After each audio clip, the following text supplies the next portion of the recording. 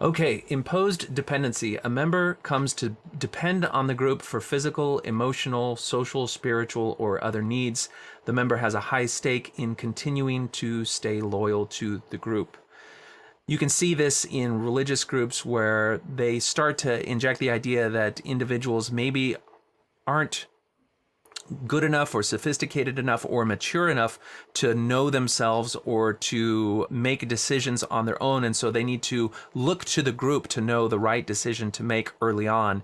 And it creates this infantilized dependency on the group itself for knowing both what to think, and how to see themselves in society. And that stage then gets frozen. People don't tend to graduate to trusting themselves a little bit more unless they've completely incorporated the group identity as their own internal self. And so it becomes harder then to extract themselves from the group. And this could also take the form of, if you're physically dependent on the group, particularly religions that cause people to come and live in communes or live in places where they're physically isolated from anyone else, then that dependency becomes another link in the chain that binds them to the group, as you saw in something like Jonestown. Any parallels to this, or how would you see this in your own experience? Yeah, so I think the wanting to belong in a group is really strong in pretty much everyone that transitions. I think almost all of everybody is looking they feel like they are on the outside Mm. and feel like they're an outsider and that they've been a little bit different their whole life. So that idea that you found somewhere where you belong, I think is really something that they want really badly. And so in thinking about how that sort of plays out, even the first thing that I can think of is like really early on in transition where people are starting to present themselves and looking more masculine or more feminine, whichever Mm-hmm. direction they're transitioning.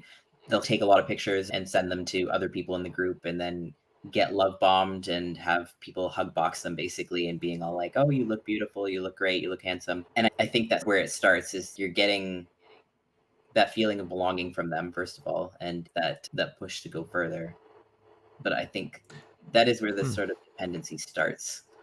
Is that dependency then where that rush of acceptance and euphoria that comes from seeing your inbox filled with affirming messages based on those things, that becomes now the thing that you need, that sense of positive goodness from your peers in the group? And if you're not getting it from anyone else, then you're starting to learn that everyone else is against you or they're not on your side, sort of thing. Hmm. So I think that does reinforce these are the people that understand you and they're going to be there for you thing. And everyone else is someone who's bad or transphobic or hateful or just a bigot. That's an interesting way of framing that. It seems like it falls under the category of maybe you've become emotionally and socially dependent on the feedback from the group that then is determined by how in line with the group expectation and ideology you behave.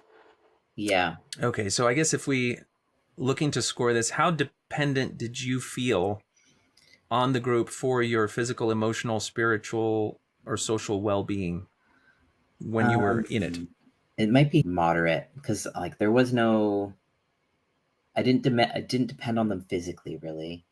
Okay. Emotionally, sure, and socially, yes. And I guess Yeah. maybe spiritually it wasn't really on my mind, but yeah, maybe moderate. Okay, we'll score that as moderate.